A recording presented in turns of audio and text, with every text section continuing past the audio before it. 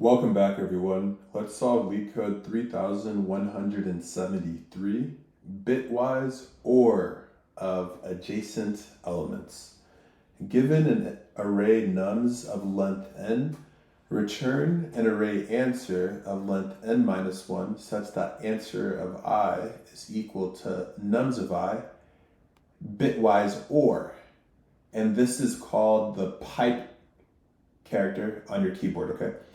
Nums of I plus 1, where bitwise OR is the bitwise OR operation, okay? So where the pipe character is the bitwise OR operation. So example 1 here, we have this input nums 1, 3, 7, 15, and then we have the output 3, 7, 5. And then example 2, we have the input 8, 4, 2, and then the output 12 and 6.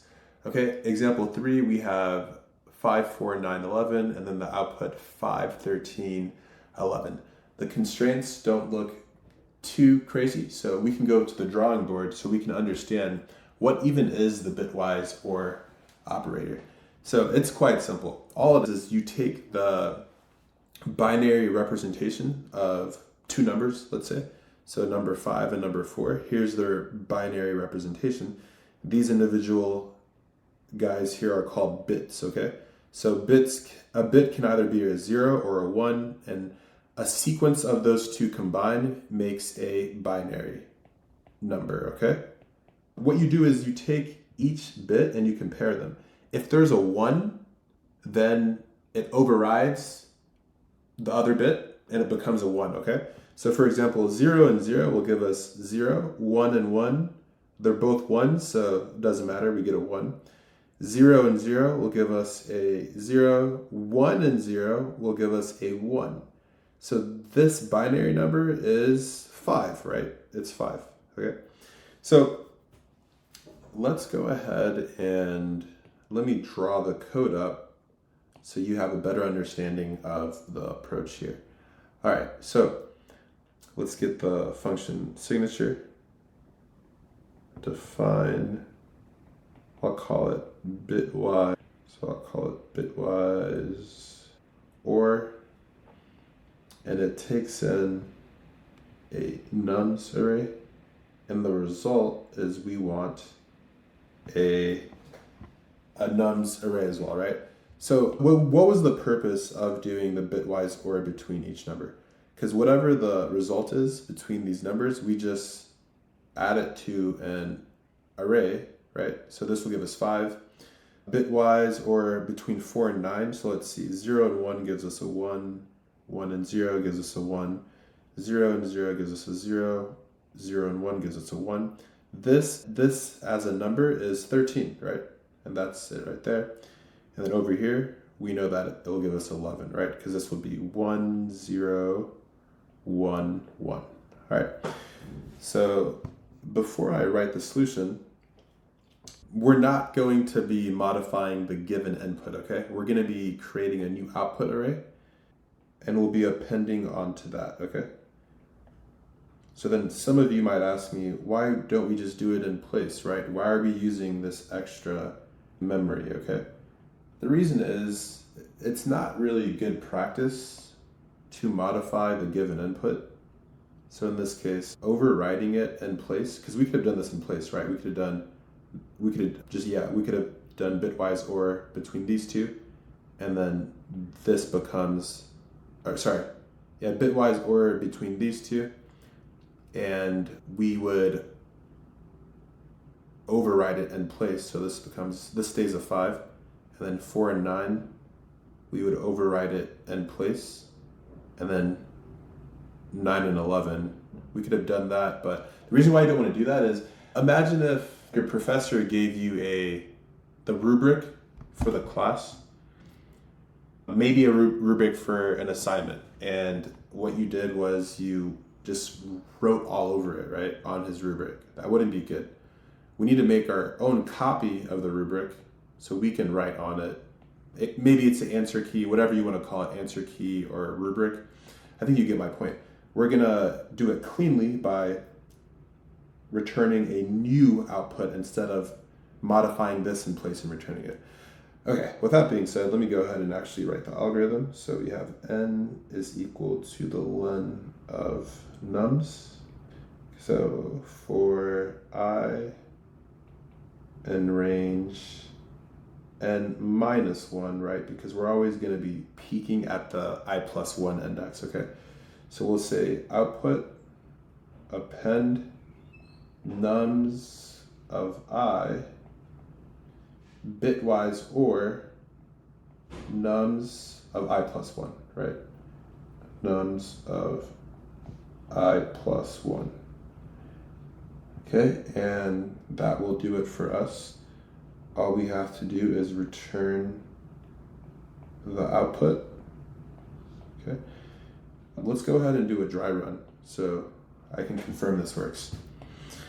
Okay, so 0 bitwise or 0 gives us a 0, 1 bitwise or 1 gives us a 1, 0 or 0 gives us a 0, and 1 or 0 gives us a 1. And that value is a 5, and it's integer form, okay? So we have a 5, and we're gonna append this to the output array. Okay, let's continue on with our for loop. All right, so I'll actually use I here. So I was originally here for that first iteration. Now it's here, okay? So output.append nums of I or nums of I plus 1. So these two, right? So 0 and 1 will give us a 1. 1 and 0 will give us a 1. 0, 0 will give us a 0. 0, 1 will give us a 1. And that is 13. So this as a number is actually 13, right? Thankfully the output array here, what we're expected, is giving us a hint here. So that's what that gives us, right? And I'll add it to our output array. And then we continue on with our for loop, right? So I comes here and we do the same bitwise OR logic that we've been doing, right? This time it's going to be between the numbers 9 and 11, right? These two. And we're going to do 1 or 1, which gives us a 1. Then we'll do 0 or 0, which gives us a 0. And then we do 0 or 1, which gives us a 1. And then 1 or 1 gives us a 1. What is that as a number? That will give us 11, right? Okay, so this is 11, and we want to append that to our output. So 11 comes here, and then we terminate our for loop, right? Because we have up to n minus 1, right? N is equal to 4, and we're going up to 3, right? So we did 0, 1, and 2, so we stop. So this for loop is terminated and we just return this output. Do they match? They do. So let's go to LeetCode and let's code this up. So first we're gonna create our output, which is an empty list. And then let's store the length of nums inside of this variable n, okay? So for I in range, n minus 1. Why do we do n minus 1? Because we're going to be peaking the I plus 1 index, right? We just want to check the neighbor. And the reason why we check the neighbor is because we want to append it to the output, okay?